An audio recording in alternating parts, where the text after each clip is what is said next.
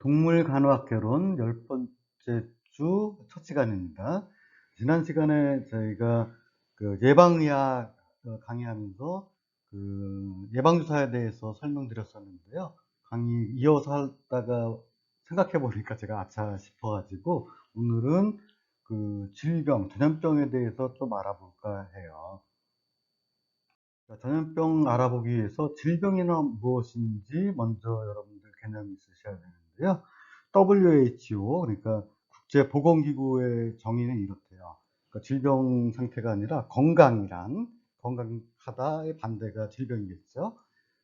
건강이란 질병이나 손상이 없을 뿐만 아니라, 질병이나 손상이 없을 뿐만 아니라 신체적으로 또 정신적으로 사회적으로 완전히 안녕한 상태를 건강하다 말한다. 이게 WHO에서 정의한 건강이라는 개념이에요. 그렇다면 이 반대가 질병이겠죠. 또 질병이라는 말도 똑같이 뜻하는데 신체적으로, 음, 영어로 이제 보면은 state of complete physical, mental and social well-being. 음, not merely the absence of the disease or infirmity, 손상이 없는 그런 상태를 말한다 했는데요. 질병이라는 것은 영어로 disease 그러는데, 그걸 접두사로 어간하고 띄워보면 디스이지예요. 그러니까 편치 않다. 이지가 쉽다 그러잖아요. 디스는 뭐 아니다 그런 뜻이고요. 어, 그러니까 편치 않다. 그리고 질병이란 디지즈라는 말하고 일레스라고도 하는데 이건 주로 이제 좀 질환 그렇게 얘기하는데 아프다, 불편하다. 그래서 질병인 경우에는 우리가 정의할 수 있어요. 원체도 알 수 있고 막 이러는데 좀 약간 객관적인 상태 말하고요. 일에서 질환 그러면은 아주 굉장히 주관적인 거. 암만 검사를 해봐도 의사가 암만 검사를 해봐도 여기 이 병원 저 병원 나 다니면서 검사를 해봐도 원인을 못 찾아요. 이런 것들 질환 조금 더 범위가 넓은가요? 좁은가요? 하여튼 이런 것들이 질병인데 자, 질병이라는 것은 신체적으로, 정신적으로, 또 사회적으로 뭔가 불편함, 이런 거 질병이라 그랬죠? 그랬을 때 질병 원인은 단순히 병원체만 있는 건 아니에요. 유전적인 병도 있을 수 있죠. 그리고 또 사고 난 거, 뭐 교통사고라든지, 어디 다니다가 넘어져서 팔이 부러졌다든지, 뭐 이런 것들이요. 그 다음에 병원체가 아니죠. 중독될 수도 있어요. 뭐 식중독도 식중독, 식중독, 독소에, 식중독 두 가지 있어요. 세균 자체가, 식중독 일으킬 수 있고요. 또 세균이 갖고 있는 독소, 그런, 식중독이 있어요. 그래서 세균성 식중독은 뭐 음식 먹은 지 한 이틀 후에 몸속에 나쁜 세균이 많이 번식하고 이틀 후에 나타나는데 반해서 독소형 식중독은 뭘 끓여도 세균이 몸속에 있는 거기 때문에 세균은 죽을지 몰라도 그 독소는 계속 남아 있어 갖고 발병할 수 있고요. 그 다음에 먹은 지 빨리 나타나요. 뭐 그런 게 식중독이고요. 그 다음에 정신적인 거, 뭐 스트레스, 화병. 세계 WHO 보건기구에서 한국 사람 특이하게 화병이라는 게 있다. 뭐 이렇게 뭐 했다 그런 뉴스를 갖다 제가 아주 오래 본 적이 있는데 한국 사람만 있대요. 화병. 아유, 우라병 나. 뭐 이런 화병. 그다음에 스트레스가 모든 질병의 원인이다. 근데 스트레스 자체가 음, 생체 리듬 깨뜨릴 수, 호르몬 변화 일으킬 수도 있고요. 그래서 그 병을 일으킬 수 있죠.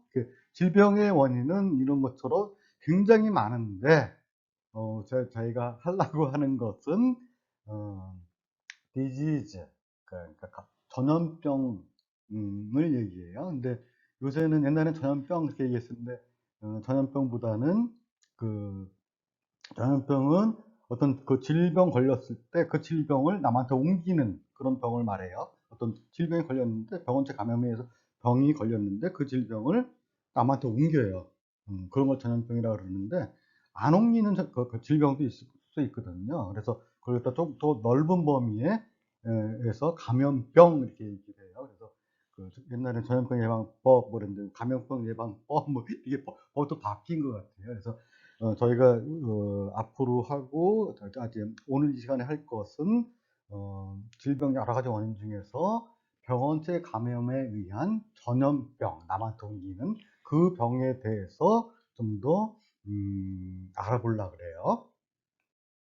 자, 우리 코로나19, 저 코로나19, 19 그랬었는데 코로나19더라고요. 그리고 최일과 아나운서인가 의사단이 자기 이름 때문에 그런 것 같다고 사과도 하고 그런 우스갯소리 있던데, 하여튼 전염병, 내가 병에 걸렸어. 그 병원체에 의해서 감염돼서 병원체가 내 몸으로 들어와서 질병에 걸렸어요.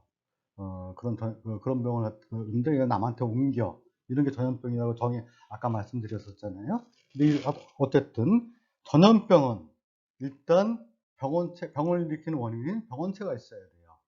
그리고 그 병원체가 공격하는 너 좋아. 너랑 같이 살래. 하면서, 감염되는 대상이 있어야 돼요. 병원체가 들어가는. 그걸 숙주라 그래요. 숙주. 사람일 수도 있고, 동물 중에서 고양이일 수도 있고, 개일 수도 있고, 그런데, 이 숙주는 병원체마다 자기가 좋아하는 숙주가 다 달라요. 이게 굉장히 여러 동물한테 특히 이제 여러 동물인데 그중에 중에 동물마다 체온이 다 다르잖아요. 근데 이 병원체도 좋아하는 온도가 있어요.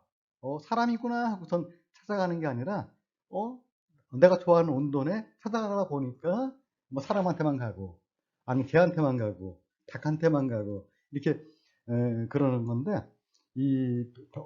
좋아하는 숙주 범위가 굉장히 넓은 병원체가 있고, 아주 좁은 사람한테만 가는 병원체가 있고, 사람한테도 가고 개한테도 가고 돼지한테도 가고 새한테도 가고, 이런 숙주역이 숙주가 범위가 굉장히 넓은 그런 병원체도 있어요. 어쨌든 간에 병원체가 감염시킬 수 있는 대상 식물도 병 걸려요. 병원체에서 하여튼 대상을 숙주라 그래요. 영어로 호스트. 그 다음에 얘네들이 음, 병원체가 숙주한테까지 가는 전파 경로가 있어야 돼요. 예. 그냥 너는 사람은 한 100km 이상 떨어진 데 있고 사람한테 걸리는 병인데 100km 이상 떨어져 있고 병원체는 100km 밖에 있어. 직접 만나지 못하니까 전염되겠어요? 전염병이 성립되겠어요? 성립 안 되죠. 그래서 요 세 가지 병원체, 숙주, 전파 경로, 그 오른쪽 그림 자세히 보시면은 굉장히 전염병학, 앞으로 여러분 전염병학 배울 텐데 굉장히 아주 음, 강의할 내용들을 굉장히 요약을 잘하는 그런 그림이더라고요. 어떻게 젠을 띄어서 찾아냈는데, 하여튼 병원체가 숙주 몸에 들어갔다가 어떻게 들어가느냐, 어디서 들어가느냐, 뭐 이런 거죠. 환경에서 들어갈 수도 있고, 뭐 전파 경로일 수도 있는데, 하여튼 뭐 이런 걸 일목요연하게, 그리고 몸속에서 어떻게 빠져나와서 다른 감수성 동물한테, 걸릴 수 있는 동물한테 가느냐, 숙주한테 가느냐, 뭐 이런 것도 있고, 여기 보면 쇠사슬을 톱으로 이렇게 쓸어 놓은 거 있어요. 이게 연골고리를 잘라내는 방법들. 병원체 있다? 그러면은, 그래서 요 하나하나 조금 더 알아볼게요. 자, 먼저 전염병 성립하기 위해서 첫 번째 요소인 병원체. 병원체는 굉장히 다양해요. 옆에 오른쪽 그림 보시면은 크게 두 가지로 스스로 살아갈 수 있는 세포, 셀룰라, 그래갖고 세포로 되어 있는 살아갈 수 있는 라이빙, 살아있는 그렇게 얘기했어. 거기에는 박테리아, 프로토조아, 원충이라 그래요. 프로토조아, 그 다음에 펑가이 그랬는데 그 곰팡이, 그 다음에 프로카리오트, 이게 세포 그러는데 단핵세포 얘기하는 게 생물 생물학 시간에 배웠을 텐데 거기에 이제 세균이 들어가죠. 우선 살아있는 병원체는 자기 혼자 살아갈 수 있는 그런 의미일 거예요. 세균, 곰팡이, 프로토조아, 기생충 그런 것들이 있고요. 그 다음에 그냥 아세룰라, 넌 라이빙이고 혼자 살아남지 못해요. 나무에 숙주에 아주 살아있긴 살아있는 번식하거든요. 스스로 번식 못하고 숙주에 몸을 이용해서 달라붙어 가지고 몸을 이용해서 번식을 해요. 증식을 해요. 그런 것들에 이제 바이러스, 프리온 여러분들 광우병 일으키는 물질이죠. 단백질 덩어리가 단순히 핵산이 없어요. 그리고 바이러스는 핵산은 있는데 DNA 바이러스, RNA 바이러스 뭐 이런 얘기 요새 코로나19 때문에 여러분들 많이 배우시죠. 그 다음에 엔벨롭이 있느냐, 엔벨롭이 없느냐 뭐 이런 구조 미생물 시간에 또 여러분들 다 배우실 거예요. 그 다음에 프리온은 아까 말씀드린 대로 단순히 그래도 바이러스는 핵산, RNA나 DNA가 있는 데만 해서 얘는 프리온은 그것도 없어요. 그냥 단백질이에요. 근데 병을 일으켜요. 남이 몸에 들어가면은 증식을 하고 이용해서 증식하고 그 대표적인 여러분 잘 아시는 광우병. 광우병 검색해 보시면은 제 이름이 좀 많이 나올 거예요. 많이 지워졌지만은 하여튼 그런 게 있고요. 그 다음에 빌로이드라는 것도 있어요. 빌로이드가라는 게 있는데 이거는 바이로이드 그래갖고서 바이러스 닮았는데 바이러스하고 좀 달라. 바이러스보다도 더 작아요. 그리고 플라스미드, 이제 세균 배울 때 세포에 그 핵이 있고요. 핵이 있고 세포질이 있는데 세포질에 DNA가 들어있는 단백질 덩어리가 또 있어요. 그거 갖다 플라스미드 그렇게 얘기하는데 플라스미드 같은 경우에는 요새 코로나19 무슨 백신 만든다고 막 그러잖아요. 근데 인공적으로 세포 조작하고 그럴 때 주로 플라스미드가 얘네들도 자체 번식하고 번식을 하고 그 다음에 후세에다가 그걸 물려주거든요. 그러다 핵산만 그러는 게 아니라 그러다 보니까 요놈만 가지고 요놈에다가 다른 그, 그, 안티젠 그러니까 항원을 갖다가 주입해가지고 증식시켜가지고 뭐 이렇게 이건 이제 플라스미드 생명과학 실습 강의 들으실지 모르겠어요. 거기서도 플라스미드 얘기할 거예요 아마. 그런데 여러분들 크기 보면은 뭐 기생충 굉장히 큰 거 아실 거고요. 근데 스파게티보다 더 큰 놈들도 있고, 그다음 또 작은 놈도 있고, 뭐 리본처럼 뭐 긴 것도 있고, 뭐 굉장히 여기 다양한 플라스미드 기생충학 시간에 배울 거예요. 근데 세포 같은 경우에는 세균 같은 경우는 보통 마이크로미터 밑에 단위 써놨어요. 마이크로미터 어느 정도 크기냐면은 200 마이크로미터 정도 되는데요. 그런 세균들이 200 마이크로 미터 정도 되는데 0.01mm 0.01mm 굉장히 작죠. 그래서 얘네들은 현미경으로 보여요. 그런데 바이러스는 세균보다 한 100분의 1 또 작아요. 그래서 0.00001mm 10억분의 1m래요. 10억분의 1m.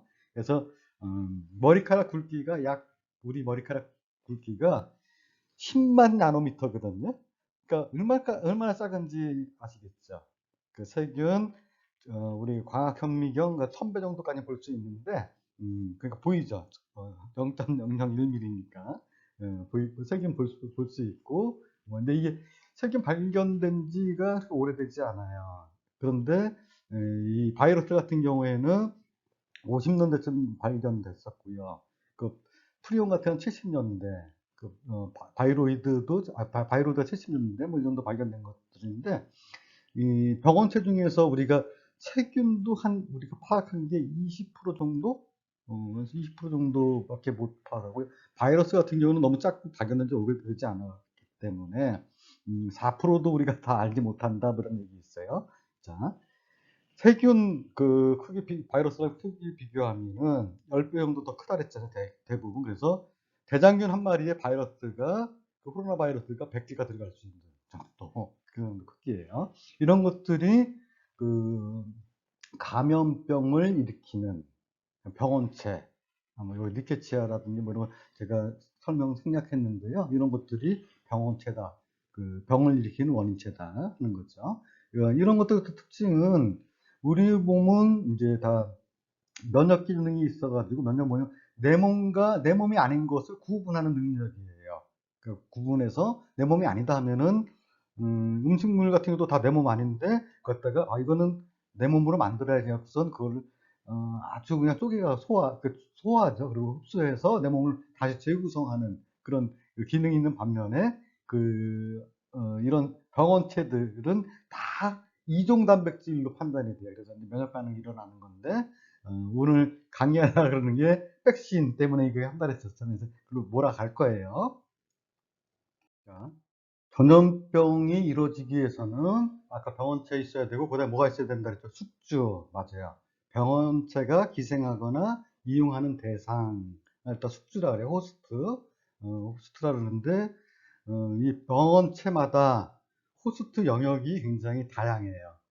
개한테만 가는 병원체, 뭐 사람한테만 가는 병원체, 뭐 이런 저희가 있는데 여기 보시면은 안스로포시스 같다 이제 사람끼리만 걸리는 그런 전염병이에요. 사람한테만 전파시키는. 근데 그걸 또 두 가지로 구분을 해요.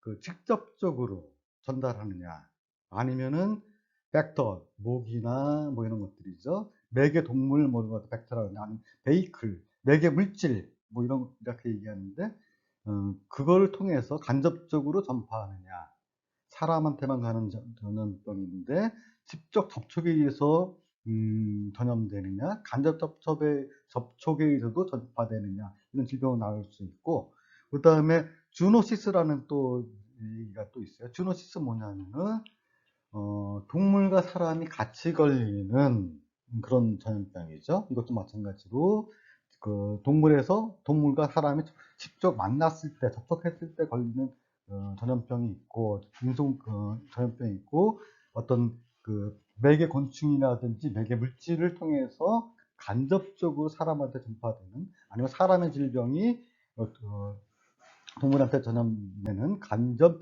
전파에 의한 전염병, 요 주노시스 인수공통 전염병이라 그래요. 근데 옛날에는 그 총특이성이 어느 정도 지켜졌어요. 그 동물과 사람이 아니면 사람과 사람의 이동이 거의 없다 보니까 보통 풍토병 어느 특정한 지역에서만 걸렸었었는데 이런 것들이 지금은 그 세계화되고 여행 자유화되고 뭐 이러다 보니까 전 세계적으로 같이 일어나요. 그래서 인수공통전염병, 인수공통전염병 같은 경우에는 앞으로 계속 늘 거라고 많은 과학자들이 전망하고 그렇게 되고 있어요. 왜냐? 기후변화 때문에 그래요. 기후변화가 앞으로 인수공통전염병, 코로나, 뭐 사스, 메르스, 뭐 듣도 보도 못한 질병들이 굉장히 광범위하게 발생하고 있는데 이런 것들은 음, 기후 변화로 인한 인수 공통전염병이 증가했기 때문이다. 지금 사람은 코로나19 때문에 굉장히 고생하는데 대한민국에 전 세계적으로 아프리카 돼지열병이라는 그런 돼지만 걸리는 질병인데도 불구하고 이런 질병이 굉장히 유행하고 있어요. 그래서 유행하고 있고 이런 것들도 그리고 그다음에 여러분 잘 아시는 주류독감. 원래는 어, 독감 인플루엔자거든요. 인플루엔자 같은 종특이성이 굉장히 뛰어나서 사람만 걸리는 인플루엔자, 사람한테만 와요. 그리고 새만 걸리는 인플루엔자 이렇게 나눠서 그러는데 이게 새만 걸리던 인플루엔자가 돼지 몸속에 들어갔다 나오고 돼지도 인플루엔자 걸리거든요. 돼지는 사람 것도 걸리고 새 것도 걸려요. 근데 이놈이 둘이 뭐 같이 걸려버렸다 그러면 몸속에서 섞여버리는 거예요. 돌연변이가 확 돼서 원래는 새만 걸렸던 그런 인플루엔자 바이러스가 사람한테도 옮아가는 인수공통병이 되고 있는 게 조류독감이에요. 이런 것들도 이런 것들이 계속 그 위협적인 게 그 인수공통전염병이 점점 많아지고 새로운 것들이 생겨난다 하는 것에 제일 그 최근의 얘기가 조류독감이거든요. 자, 코로나도 마찬가지잖아요. 이거 원래 박쥐만 걸렸던 질병이었었다. 코로나19요. 코로나는 코로나도 또 종류가 굉장히 많아요. 그래서 사람한테 오는 코로나, 또 개한테 오는 코로나, 고양이한테 가는 코로나, 이렇게 바이러스가 여러 가지 타입이 또 있는데, 이놈들이 박쥐만 걸렸던 코로나가 사람한테 와서 또 사람한테 와서 사람끼리 또 전파시키는 그런 인수공통 전염병으로 되고 있어요. 뭐 이런 이게 모두 원인이 기후 변화 때문에 그렇다. 위기에 처했다. 지구는 이제 곧 망할 거다. 뭐 이런 그쪽으로 가고 있다. 뭐 이런 얘기를 많이 해요. 그 중에 하나가 인수공통 전염병이 점점 밀고 있다. 그래서 저는 코로나19도 중요하지만 우리가 아마 그런 지구가 자연이 보내는 경고다. 경고이고 우리가 여태까지 살았던 삶의 태도, 방식을 이번 기회에 대대적으로 우리가 바꾸지 않으면은 굉장히 더 이런 그, 질병 발생할 수 있는 저희가 점점 더 짧아지고 더 커질 것이다. 이렇게 우려하는 사람 중에 하나예요. 자, 전염병이 발생하기 위한 세 가지 요소 중 마지막 병원체의 전파 경로죠. 병원체가 있어야 되고 감염되는 숙주가 숙주가 있어야 되고 그 다음에 이놈이 옮겨지는 경로가 있어야 되는데 병원체는 뭐 직접 접촉에 의해서 아까 말씀드린 대로 간접 접촉 뭐 이렇게 있는데 전파 경로 굉장히 따져보면은 굉장히 좀 많아요. 이보다 더 많을 수도 있고요. 공기 전파돼요. 호흡기를 통해서 전파될 수 있고요. 그 다음에 소화기 전파, 먹어서 우리 수인성 전염병 그런 거 혹시 들어보셨어요? 이게 1급 전염병 중에 속하는 수인성 전염병 광범위하게 번지죠. 불을 통해서 전파가 돼요. 그거 갖다 수인성 전파 그러는데 수인성 전파 그런데 주로 물을 갖다 그런 오염된 물을 마시게 되는 전염병 걸리는 거예요. 그러니까 소화기 전파, 뭐 인제션도 제거하고 그다음에 컨택트 직접 만졌을 때, 그다음에 섹슈얼 트랜스미션 그래서 성적인 접촉이 있었을 때, 성병 같은 것들이 이런 거죠. 에이즈 같은 것들. 그다음에 에이즈 같은 경우는 뭐 이런 전파 방법도 있고요. 그다음에 벌레한테 물려서 이런 그런 전파 경로가 있고요. 그다음에 동물에 물려서 대표적인 거 뭐죠? 네, 맞아요. 광견병 걸린 동물이 물어요. 그러면 타액 속에 침 속에 들어있던 광견병 바이러스가 그 상처를 통해서 침입하는 거죠. 그 다음에 오염된 주사기로 주사에 의해서 감염될 수 있어요. 그 다음에 태반 전파. 엄마가 병에 걸렸어요. 근데 뱃속에 있는 태아한테도 임신했을 때 면역계가 좀 굉장히 굉장히 어려운 정상하고 좀 틀리죠. 임신했을 때는 뱃속의 태아는 내 몸일까요? 이물일까요? 이물이에요. 맞아요. 엄마랑 애랑 혈액형도 다를 수도 있잖아요. 그죠? 다른 물질인데도 불구하고 면역 반응이 안 일어나요. 이종 단백질인데도 불구하고 면역 반응이 안 일어나요. 그런데도 불구하고 생명이 물려주죠. 영향을 키우죠. 참 신기해. 경이로운 그런 게 임신 기간 동안에 어머니들 뱃속에서 일어나는데 그때 엄마가 걸린 어떤 전염병들은 태아한테 그런 전파되는 그런 전파가 있을 수 있어요. 자, 오른쪽 그림 한번 보세요. 자, 감염자가, 임팩티드 감염자가, 얘네들은 이제 공기 접합, 공기 에어본, 그냥 코로나19 생각하시고 보시면 돼요.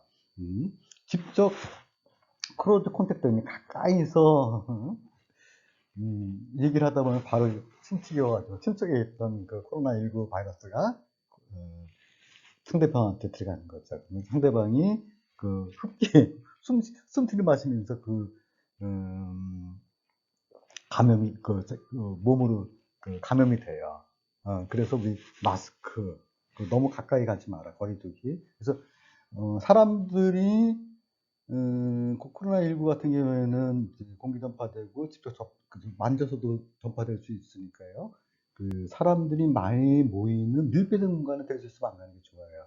자, 그 다음에 또 두 번째는 뭐냐면 접촉성 매개물 포미트가 들어가는데요. 이 사람이 말하면서 거리는 좀 있었지만은, 코도 손으로 만지고, 자기 손에 뭐 침 같은 것도 계속, 앞에 말하면 테이블 위에, 안 떨어지는 것 같지만 굉장히 막 떨어지거든요. 어느 정도 바이러스, 어느 정도 크기라 그랬죠? 세균보다 10분의 1, 100분의 1 작아요. 10억분의 1mm, 1m, 10억분의 1m. 어마어마하게 작은 건데, 전자현미경으로 볼 수 있는 거죠. 이런 게 막 쌓여요. 근데 그 손으로 만졌다가, 근데 얘기 잘 나눴으니까 우리 다음에 또 봅시다. 악수돼요. 그럼 어떻게 되겠어요? 바로 근데 이 사람이, 악수를 했어. 그러면은 그 손을 가만히 들고선, 와서 손 씻어야 되는데, 안 씻고 내 코 만져, 입을 만져서 먹어요.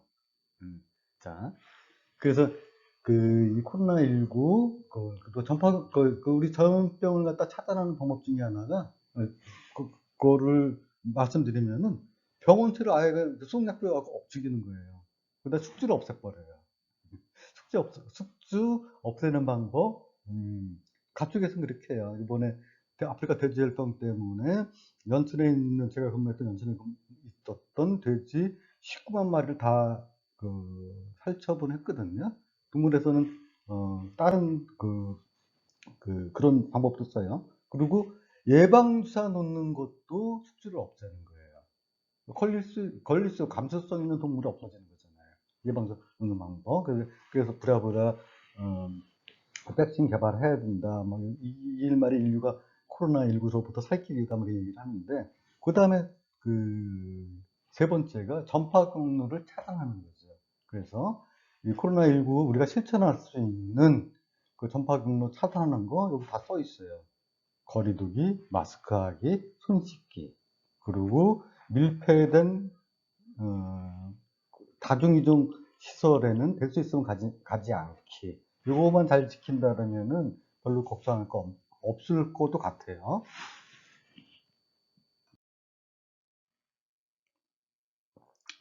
자, 이거 전염병의 발생 정도에 따른 분류 이렇게 해놨는데 뭐 그렇게 중요한 것 같지는 않고요. 판데믹이라는 말을 갖다 요새 많이 써가지고 발생 정도에 따라서 이렇게 분류한다 정도 알고 계시면 되고요. 아웃브레이크, 엔데믹, 에피데믹, 판데믹, 에피소딩 이렇게 하는 것들 하는데 다음 시간에 자세히 배울 것 같고요. 어쨌든 간에 그런 전염병 발생 규모에 따라서 앞으로 판데믹으로 갈 수도 있고 돌아갈 수도 있고 아니면 에라디케이션 박멸할 수도 있는 그런 그림이 보여지는데, 판데믹으로 갈수록 질병 아픈 것도 많지만 아픈 사람도 많아지게 되지만 경제적인 손상도 굉장히 커진다 하는 거죠. 우리 경제적인 손실, 생산 못하고 일 못하고 그래서 수입도 줄고 이러고 있죠. 이게 장기화되면은 조금 더 힘들 텐데, 같은 의미에서 첨부해 봤고요.